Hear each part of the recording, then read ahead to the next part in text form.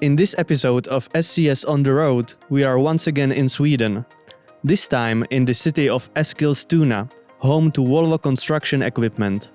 We couldn't miss the opportunity to visit the Munktel Museum, which exhibits over 90 collections, allowing visitors to experience more than 180 years of Swedish industrial history.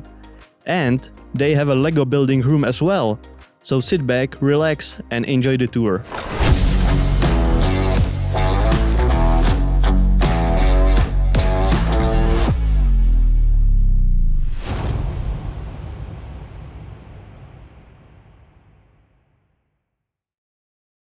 Welcome to Eskilstuna, an industrial city in Södermanland County, known as the home of Volvo construction equipment. We were really excited to accept an invitation to stop by Eskilstuna's most visited museum, the Munktel Museum, named after Johan Theophron Munktel, co-founder of Volvo construction equipment. The museum's exhibition areas cover about 5,000 square meters, and we couldn't have asked for a better guide than Jannicke Serneberg, head of the Munktel Museum. Hi everyone, and welcome to another SCS On The Road episode. Today we are in Sweden, in the town of Eskilstuna, and right now we are in the Munktel Museum. I'm here with Jannicke. Can you please introduce yourself and tell us something more about this place? Absolutely, it's great to have you here. My name is Jannicke Serneberg. I am very proud to be an employee of Volvo Construction Equipment, but to be running this museum, Munktel Museum, which has been in our company's history for nearly 200 years. Wow. Yes, it's amazing. It all started with Mr. Munktel, who started his mechanical workshop here in Eskilstuna, and he stayed on, and it evolved into Bolinde Munktel, development of machines, tools, engines and tractors, and at the end then construction machines. And it's all happened in these buildings. Really? Yes, absolutely. So this building has been here for like 200 years or? Close to 200 years. It started off with wooden barracks on this side of the river, and of course being close to the river was really important because that was the mode of transport, to be able to transport goods in and out, but it was also the source of energy, and I'll tell you more about that a little bit later. So since 1832 there has been a factory here, a mechanical workshop, and it's now evolved into the best visited museum in Eskilstuna. Really? Yes. That's cool. And so what all can visitors find here in this museum? In this museum you can find everything from a history back to 1832. You will get the story of Munktel and also his enormously large social appreciation of his people, which was quite unusual at the time. He actually started a social funeral and sickness fund, so he was saving money for all his employees because if they got injured, got ill, or actually died, there would be money for the families. And of course this was very unusual at that time for company owners to be that appreciative of their staff. He also saved money for wood so that they could fire up. You know, you're here now in the winter time, it's quite cold, so they actually so they actually saved money so that they could have wood and fire up their living quarters. Also, this is a really funny story if you're talking about socially taking care of his people. They were drinking a lot of hard liquor at the time. Every worker was like drinking 2.6 liters of hard liquor every week, which of course affected efficiency, quality, and the living, the living quarters for the families. So basically what he did, he read a lot of papers, and he actually bought a brewery from Germany and started brewing his own beer. And he made everyone sign a contract, so if they didn't drink hard liquor, they would actually be able to get free beer at work. Really? Yes, that's amazing. We don't do that anymore in the company though. So he was a visionary pretty much. He was a visionary, and he was really taking care of his people as well as making sure that he developed tools and different machines to be able to support mankind. And how many machines do you have?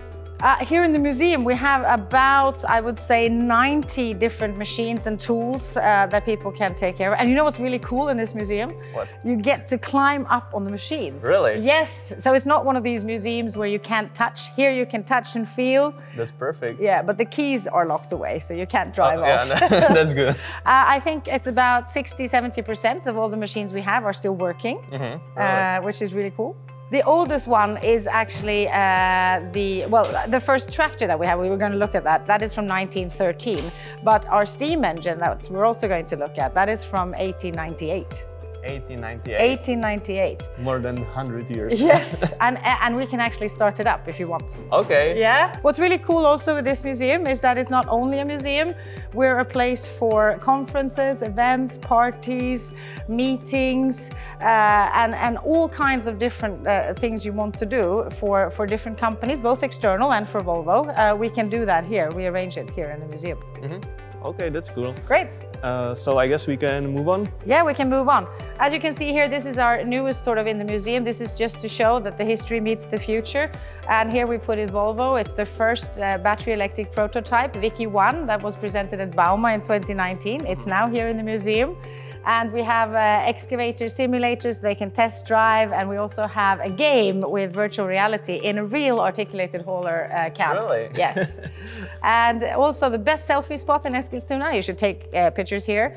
This is the R100 wheel, our biggest wheel, where you will see this on LinkedIn and everywhere that people have taken their profile pictures here in this wheel. We're standing inside the building, and just to give you a sort of a history of what it actually looked like at the time, this is from 1879, and we're standing here right now in this room. And as you can see, the building was enormous, and they had the lab testing, engine testing, the paint shop, etc. So everything here was part of the industry there at the 19th century. So it was really big. It was a really big employer at that time, and we are now, as Volvo CE, the biggest private employer here in Eskilstuna.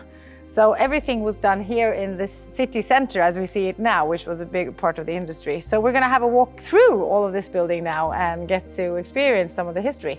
Okay, and this is where the entrance is right now? This is where the entrance is right now, yes. And the river here, as I said, it was really important to be placed by the river. And this river outside Eskilstunaån, it was quite shallow. So they actually had to, Munktels developed his own like excavator on a boat to dig up all the mud to be able for the vessels to come in. You see the problem, you own the problem, and you just fix it. Real innovator. Yeah, really was.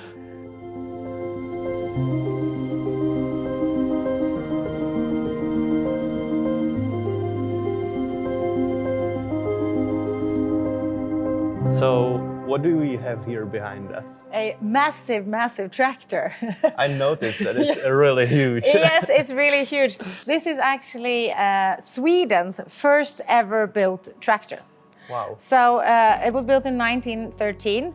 Mr. Munktel himself, of course, had died. It was his son and his brother's son who took over the company. So Munktel's Eskilstuna is the mark there, ME. Oh, yeah. And this was a revolution for the industrialization in Sweden. It weighed 8.2 tons. Wow. It only went like 5 kilometers an hour. And it took like 10 minutes to fire it up. But can you imagine, suddenly you had a machine to help with the farming work instead of using horses and man hours. Oh, yeah. So this was amazing. But of course, this was too large to be sold to normal size farms. So this was like, it was not so many that was sold, but they created a smaller version just a few years later, which was more usable. And every single tractor, just like we have a construction machine, it was sold with tools, like a plow or something to use out in the farms. So pure iron, it's built on a frame, so they didn't have like this self-bearing for the whole driveline. They actually had to build the frame and put the driveline on the frame, and that's why it became so extremely large. I noticed that it's mostly metal and some wood, so that's probably why it's so heavy. It's extremely heavy, but of course it was a first step in the industrialization, so it's amazing. Is this one of the machines that still run? Or? Yes, we actually did. We took this to like a fair last autumn, so just a year ago. It was running at a fair plowing, yes, from 1913. It's amazing. And these are the original wheels? These are the original wheels. This is more or less 100% original. Of course, we've had to change certain components because it's just too old. But no, it's more or less 100% original. The only one left in the whole world is here. Really? Yes, still working. And what about the wheels? Because how did it go in the mud? It actually sunk. When it was raining or wet, Really? it will sink down. And then I have actually a funny thing to show you then, connected to that. Since the tractor wheels of iron, if it was too wet, they would sink down, they couldn't use it, they got stuck. Somebody that was earlier working for Motels, he decided that, well, wait a minute now, the horses, they don't sink in the mud. So if we create a tractor with legs, like the horse, then we will have a solution to the problem. So these are legs? These are legs and wheels in the back, legs in the front. This became a prototype. It was never produced, of course, because it wasn't a success. But I believe that's the whole point of innovation. You have to test and trial, and maybe not everything is a success. I would never think something like that was ever built. No, this is amazing. It looks like something from a steampunk movie. Yeah, exactly. So, not a success, but test and trial, failure, and then we move on. Yeah, that's really cool. As you can see, the green tractors, these are Motels tractors. They're now smaller. They're more like the tractors we see today. And the engine capacity got bigger. They went from two-stroke hot bulb engines to direct injection four cylinders, etc. So the development went quite quickly, actually, in the whole tractor development. And when they got air-filled wheels, suddenly they could use the tractor for transporting goods also. So with wagons, with food, people. So it became... I understand now how important the tractor was for the community and the society, because it became like a tool that could be utilized for so much more. And then you got the electricity, you got lamps. They could use it because it gets very dark here during the winter. They could use it longer. So you became dependent on the tractor as a tool to have for doing your work. And this tractor, how old is this one? This tractor is the BM2. This is from 1939. 1939. So if you think 1913 to 1939, the development went quite quickly. Big development.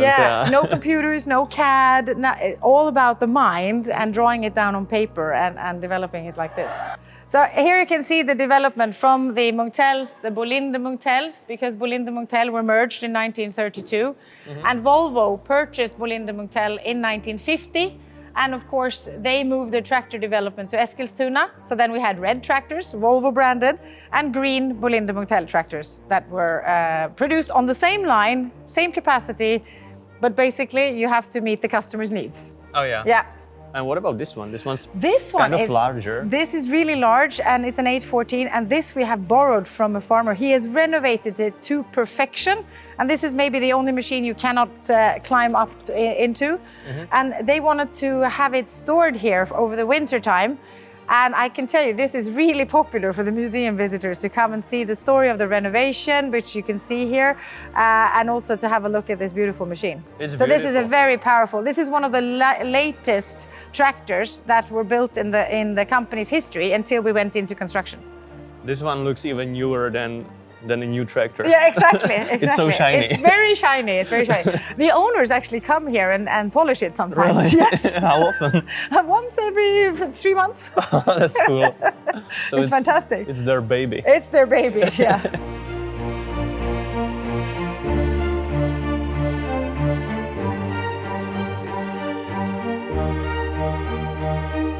This is a steam engine, which is 400 horsepower. And this was an invention that was invented 1898, 1899.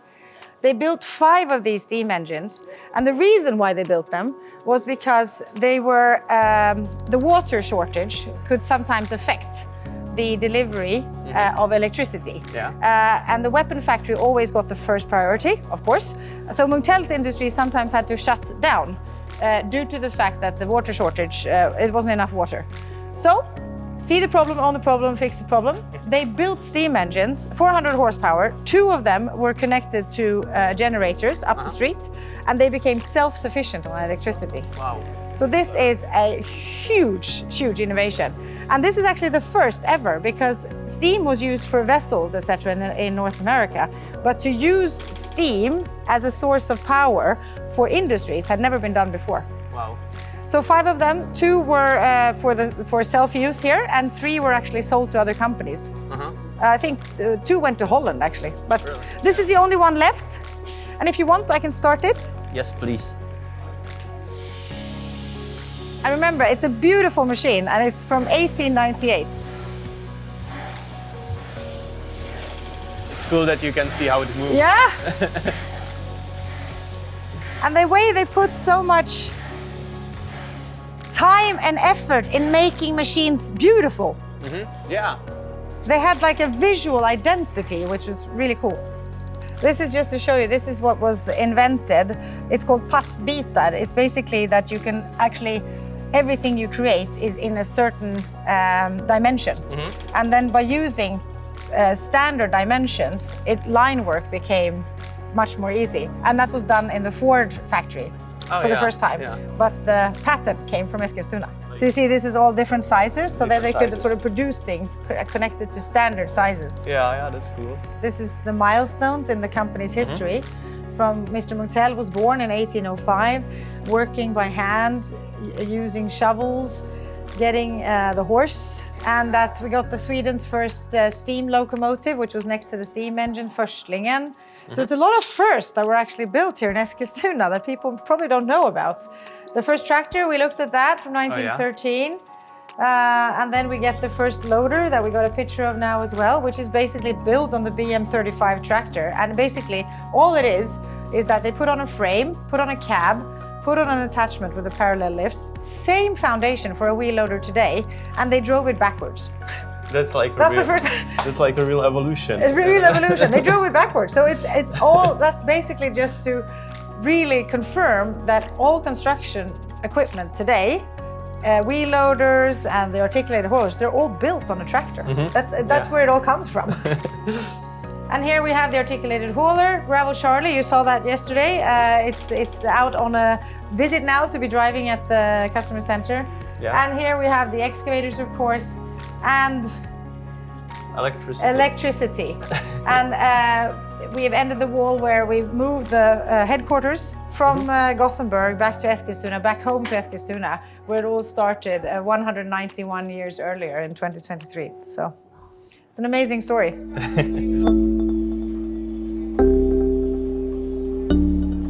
This is like a steam locomobile, and this was like also one of these engines that were produced that could help in different kinds of work, but also for threshing. And this was actually stationary. It looks really big, and they were made in different sizes, but this could actually be transported by horses to different farms, and it cut down the threshing time from like 2 weeks to 4 days. Wow. Just by using this kind of engine. So if you want, and you can film it from here, you can actually see how it worked with the leather bands, etc. Connected to the pink thresher here. And then you threw the corn up on the top there and on the roof, and then it came out as ready to bake. The 350 tractor was actually cut open to use it for educational purposes, to teach mechanics on how they could serve the machine. So how it looks inside and how it all hangs together, and what is needed to be served, and what needs to sort of what pushes the next momentum, etc. So it's really cool. It looks like from an anatomy book of machines. Exactly, it's like an anatomy book for machines, and this was difficult work to do this. Oh yeah, to make sure I can imagine. So this is also now for the museum, and you can imagine it's quite fun for us now to talk about this, because this is not what it looks like anymore. Yeah. In 1954, when we made the first loader, this was actually built in 1924, which is the same principle. It's the tractor, it's a frame, you put on a tool, and suddenly you have a construction machine that could actually grade the roads. Oh, why is it so much different? Like, this is so long. Yeah. And also you have these 3 wheels. What are these? Yeah, and you have to stand to drive it. There was no seats either. And what are these 2 wheels? To steer the blade. Ah, yeah. So you steer the machine and then you steer the blade. So you needed the 3 wheels. So it was one to bring it down to the ground, one to sort of move it from left to right, and 1 wheel to drive the machine. Ah, that's interesting. And it's a funny story with this machine, because this machine, the first manager for the museum, he found this in a farm outside of Stockholm, and it was supposed to be scrapped for 600 Swedish kroner at the time. And he came up there and he said, he have to bring this back to Eskilstuna. This has to come back to the museum. Yeah. So he offered the guy 1,200 kronor and said, okay, I will buy it. And the farmer said, yeah, fine, you can get it for 1,200. But he didn't trust the farmer to not scrap it anyway. So he said, I have to bring it back with me now. So he paid 1,200, they fixed it up and he drove it back to Eskilstuna from Uppsala, 9 kilometers an hour, had to check into a hotel on the way, so you can imagine. How far? Dedication. How far is that? It's about 150 kilometers. And 9 kilometers per hour. So that was a long drive. It was a long drive. It was a long drive. It was worth it. So now it's here. So this will never leave. Oh yeah, it was worth it.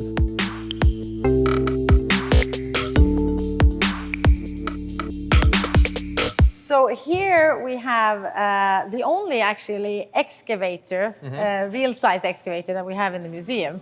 And this is an old Åkerman. This was a company in the south of Sweden that Volvo bought. Yeah. And they continued. And as you can see, there were no hydraulics, so we were with these lines. Oh yeah. Yes, true. so there's no hydraulics in it. And if you look in the cab, you will see there's a lot of sticks to be able to operate this. Quite difficult. And if you remember, I was telling you that the first tractor weighed 8 tons, 8.2. This machine weighs 11 tons. It was so much machine, it was terrible to sit, the operator comfort. You had the engine right beside the operator cab. Yeah. And it was not very comfortable. Yeah, and what's really funny is that this large machine you were driving the electric excavators yesterday. Did you test the small ones? No, a big Only one. The big one? Yeah. Because this capacity in the bucket is the same as the smaller excavators that you saw yesterday. Yeah. Because the machine itself was so heavy, so it couldn't dig so much. Oh yeah. But I mean, this was a big start, and like you know, now we have decided to build an excavator factory here in Eskilstuna. So of course, excavators are really important for the future of the business. But Åkerman, this is a real part of history. The Åkerman was a success story, but it was a very specific brand, and it had a narrow customer level. So it was popular in the Nordic countries, so Sweden, Finland, and Norway. But it was not so good for export. So what is this machine? Can you guess? It looks like a forestry machine. Yes, for logs. Yes, and this is a forestry machine. It was built in 1971, this particular one, and it was a really popular machine for a shorter period of time, I would say, because it was quite special. It was used for forestry. Well, it went out of production quite quickly. I think there were other tools and other machines that were also really good at doing this kind of job. So it was really great for a few customers, but it wasn't so great for the whole masses. But it's a cool machine because it does a lot of things. Yeah. It transports, it grabs, has its own crane. That's it has cool. its own crane. Absolutely. Okay, so what do we have here? So this, as you can see now, this is a recognizable wheel loader, I would say. Yeah, you've got the steering in front of the seat, etc. Not on like the H10 where the steering is in the back.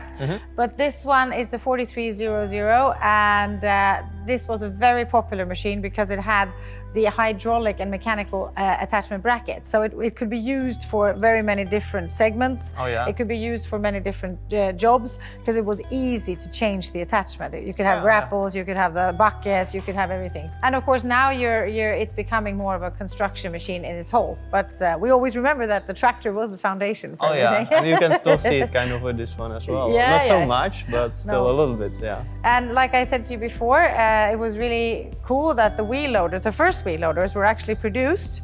They were called backhoe loaders because they were actually driving backwards based on the tractor that was rebuilt in 1954. But now, and then the wheels were actually two different sizes, front and back, as the tractors were, up until the customers actually required that, come on, we need to have the same type of wheels so we can have less capital tied up. So here you can see the wheels are the same size on the 4300, and that went well. This wall we actually tore down. We bought this building and we decided to, in connection with the museum, to create a place for collaboration, co-working, partnership, and for innovations to come to life here, and we want to be part of that in Eskilstuna. So the best way to predict the future is to create it. And now we walk into the future, and this place is supposed to be very creative and open up for students, schools, other partners, because we know we cannot drive this transformation on our own. So therefore we created this place to actually cooperate with other people and to create a space where the future competences that we don't even know that we need can come here and we can find them.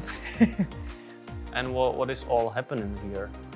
Today it will be part of the big event that we have in the museum, but we also have a place for Volvo workers to work here. We have external companies that can book lectures, conferences. We have a lot of conference rooms. We work with the schools to have school activities, virtual reality technique. We can also look at the 3D. We have 3D printers, which is available then for all visitors. We have a Lego building room. We gotta look at the Lego building room. This is the Lego room? This is the Lego room. Beautiful. So the whole idea is that we have created a place where you can bring your ideas and you can bring them to life. You can prototype, we shorten down lead times, and we can make things happen in a faster way by playing and by doing things together. Awesome. Can we stay here? Yeah, you can stay here. That's why we have to keep this to the end, right? It's really cool. Yeah. So here, all ages, team building activities, partnerships, after works, evening lectures, whatever. This is a concept machine, but this is also autonomous, no driver needed. Wow. But the story behind this is amazing. This was actually Lego that went out and asked children to come up with an idea on build the future machines of tomorrow. They built this, Volvo CE picked it up and actually created a concept machine based on the child's Lego toy. Wow, that is awesome. And how do you control it? Like with the It's a remote control. Yeah. Remote control. Wow. So it's pretty cool. So that, of course, has to be here in the Innovation Center. Yeah, this is awesome. It looks like from another planet. Yeah. It probably is as well. Sci-fi movie. And as you can see, the facilities are really open, inviting, a lot of light. Thank you very much. Thank you. It's a real pleasure. Yeah, real pleasure having awesome. you here. I hope you've enjoyed it. Yeah, welcome back again. Yeah, it was really great. I saw so many cool machines. Yeah? Yeah, I was really surprised how many you have here in such a good shape. We actually have more that just don't fit in the museum. So really, thank you very much. Thank you. And that's it for this episode. Make sure, if you are in Sweden, to travel to Eskilstuna and visit the Munktel Museum, because it's really worth it. So thank you. Thank you. And we will see you at the next episode. Bye.